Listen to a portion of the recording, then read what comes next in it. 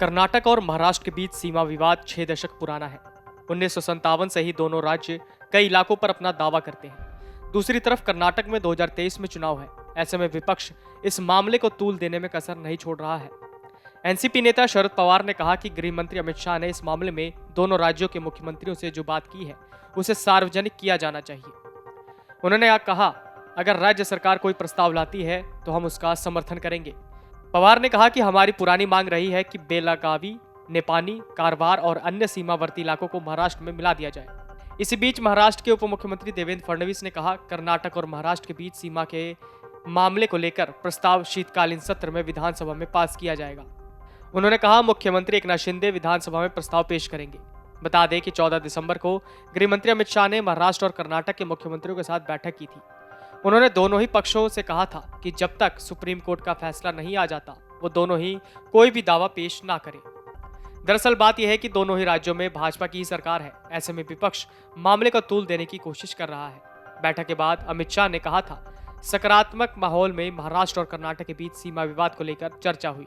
उन्होंने कहा, मैंने महाराष्ट्र के मुख्यमंत्री, उप मुख्यमंत्री, कर्नाटक के मुख्यमंत्री, गृह मंत्री और अन्य वरिष्ठ नेताओं को बुलाया था। दोनों ही राज्य इस बात पर सहमत हुए कि संवैधानिक तरीके से मुद्दे का हल निकाला जाए। शाह ने विपक्षी दलों से भी अपील की कि इस मामले का राजनीतिकरण ना करें। उन्होंने कहा कि कमेटी इस बारे में चर्चा करेगी और हल निकालने की कोशिश करेगी। साथ ही सुप्रीम कोर्ट भी अपना फैसला देगा। शाह ने कहा, मुझे विश्वास है कि एसीपी, कांग्रेस और उद्धव ठाकरे भी इस मुद्दे को लेकर हमारा साथ देंगे। बता दें कि स्टेट रीऑर्गेनाइजेशन एक्ट 1956 के लागू होने के बाद से ही महाराष्ट्र सीमा को सुधारने की बात कह रहा है। इसके बाद दोनों ही प्रदेशों ने 4 सदस्यों की समिति बनाई।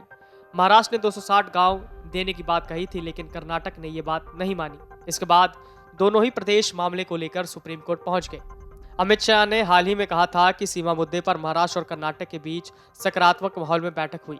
मैंने महाराष्ट्र के मुख्यमंत्री, उप मुख्यमंत्री, कर्नाटक के मुख्यमंत्री, गृह मंत्री और अन्य वरिष्ठ नेताओं को फोन किया था। उन्होंने कहा कि सकारात्मक रुख रखते हुए दोनों राज्यों के मुख्यमंत्रियों ने इस बात पर सहमति जताई कि संकल्प संवैधानिक तरीके से होना चाहिए।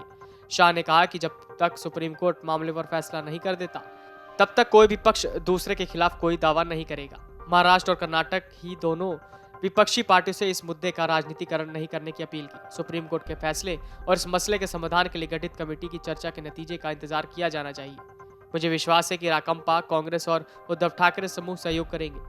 1956 के राज्य पुनर्गठन अधिनियम के लागू होने के बाद महाराष्ट्र सरकार ने कर्नाटक के साथ सीमा को पुनर्गठित करने की मांग की थी। Video desk, amarujala.com। डाउनलोड करें अमर उजाला ऐप और पाएं खबरें लगातार। अगर आप ये वीडियो YouTube पर देख रहे हैं तो हमारे चैनल को सब्सक्राइब करें और बेल आइकन को दबाना ना भूलें। अगर आप Facebook पर ये वीडियो देख रहे हैं तो हमारे पेज को लाइक करें।